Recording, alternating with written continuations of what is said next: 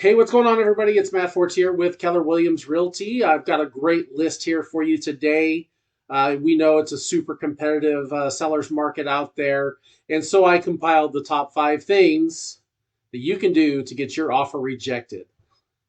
I'm kidding, I'm kidding, I'm kidding. That's wrong, wrong, wrong.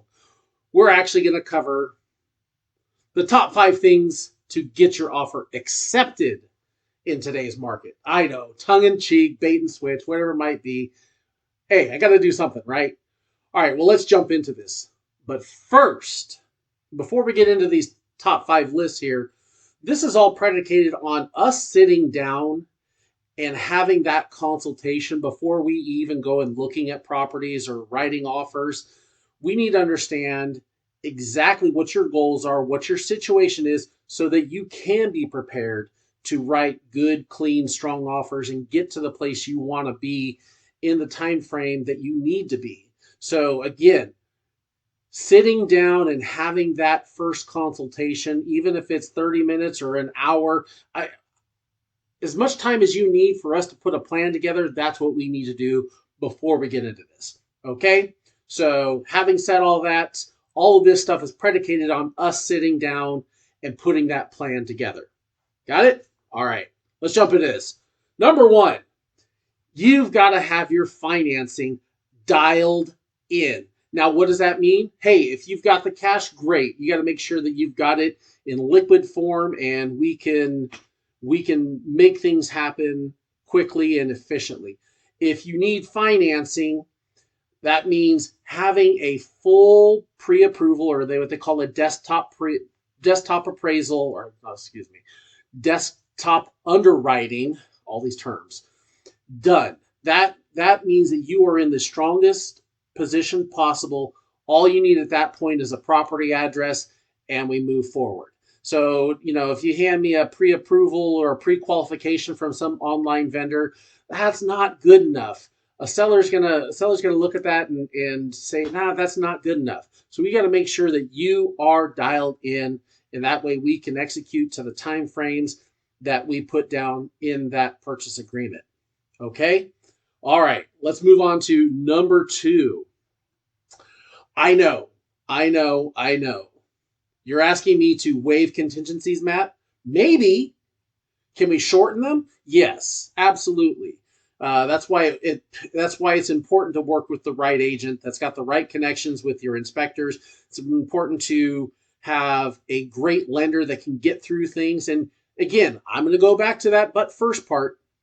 That's why we need to sit down and really put that plan together, because it very well may be that an appraisal and a loan contingency is not even an issue. If you've got good numbers and we're coming in with enough down payment, there's a lot of things that we can do to strengthen that offer. And again, I'm going to beat that dead horse. That's why it's important for us to sit down, talk about your plan, talk about your goals, and we put that plan together. Now, when it comes to it, like the inspection contingencies, that I totally get that too. If you're not comfortable doing that, hey, we can still move forward with an inspection contingency. It's competitive out there. Again, we can discuss that case by case, but it's something to consider.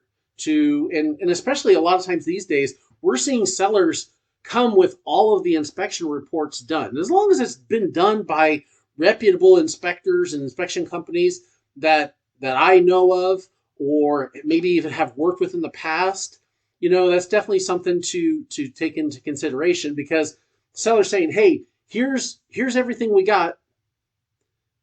And it's up to you to review that and say, okay, I feel comfortable moving forward. But again, that's why it's important for us to sit down, put everything down, and let's build that plan together. Okay, number 3, closing costs, rent backs, all these other terms. Because if you haven't written a real estate purchase agreement in, I don't know, the past however many years, you may not know there's a quadrillion different options and terms in that purchase agreement. A couple of the big heavy lifters, along with those contingency periods that we spoke about, is closing costs. Who pays what closing costs. And what I'm seeing is a lot of motivated buyers are coming in and saying, "Hey, we'll pay the title fee, we'll pay the escrow fee, we'll pay the transfer tax." And that's it could be several $1,000s to the seller's bottom line that maybe somebody else doesn't do. And again, that's why we go through that whole planning process in those initial consultations, so we know exactly what we can put out there. And then, a lot of rent backs or seller in possession is the technical term we use.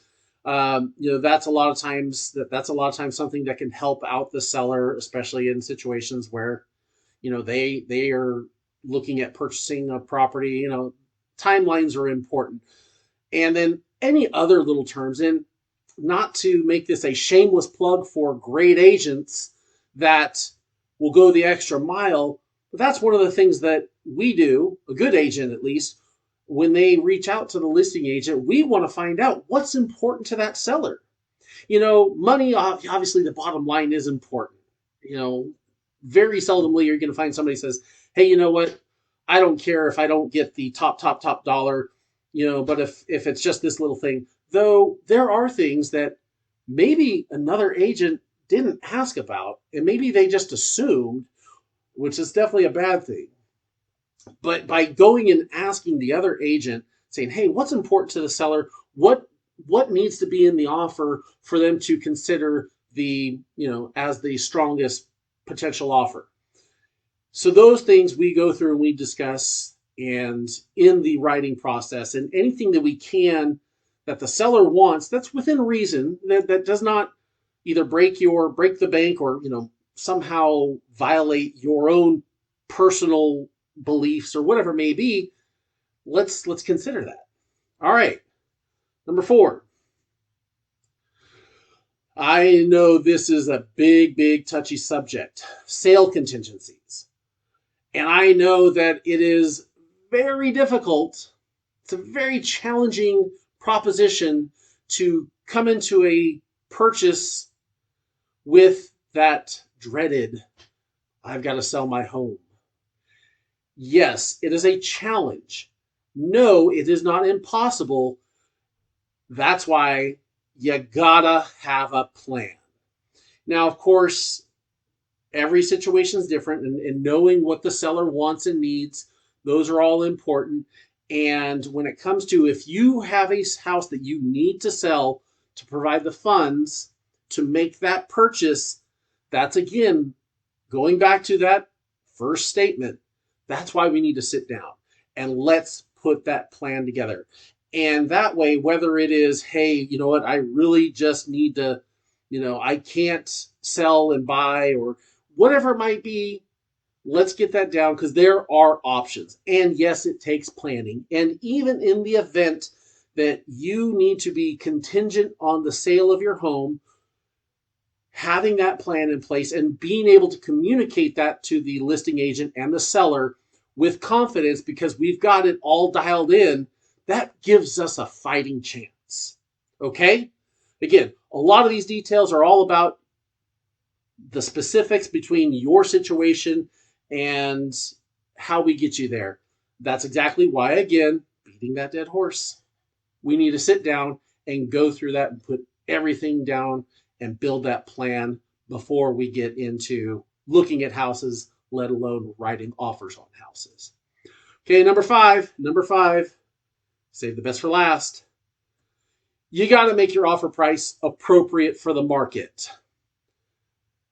One of the ways is, like, don't lowball. Now, I don't want to use those such judgmental terms, but you've got to make your offer price appropriate. What is appropriate? Well, today, if we look at, and this is here, I'm going to show you, this is as of today through across the entire MLS system. That includes all of those 9 or 10 or 11 counties that we encompass.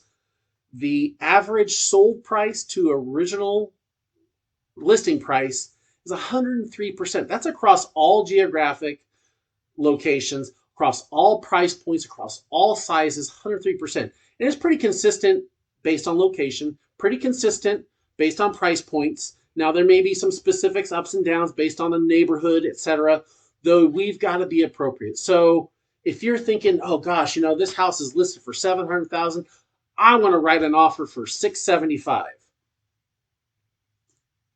Again, that may not be appropriate for the market because it's possible it's overpriced. It's possible. Those are things that I'm going to be sharing with you on those case by case bases, whatever. Because say that house has been on the market for 100 days, it doesn't happen very often, but it can, and it's been listed at the same price for all 100 days, maybe it's possible to get it at that 675 or less or whatever it may be. Appropriate for the market means we've got to look at the overall market, the overall neighborhood, not just the general, but the neighborhood and comparables, as well as specific to the particular property. Because it can happen. And in fact, like the last two actually did happen. We were able to get in with a contingency and under market in a couple of different times this last year alone with a couple clients. It can happen. But those situations were specific. You can't just go into, hey, it's the third day on market and I want to offer 98% of list price. I'm sorry, that probably won't work out well. So again, appropriate for the market. And that's exactly why it's good to sit and have that conversation early on, because as you start to share with me where you want to live, the type of house, the type of area, we can get straight to the numbers and say, okay, hey, you know what? For the city of Folsom, 3-bedroom, 2-bath, here's the numbers to set those expectations. Because if the market is 103% and the house goes on the market for 600, well, you better start thinking about 625 or somewhere around those, or wherever that appropriate price is for that area. Again, it's all about your goals. It's all about where you need to be, when you need to be, and why you need to be there. And let's help you get there. Let's just be real about what the market is today. All right, so I certainly hope that this is a very helpful list of things for you. I would love to sit down with you to have that consultation. I don't care if out of that conversation you say, Matt, I can't do anything for a couple years. That's fine. At least we know, and now we have a game plan. So reach out to me anytime. I would love to sit down with you. Let's get this plan in place. And whether it's for next week or 3 years from now, let's get it and let's make it happen. I certainly appreciate your time.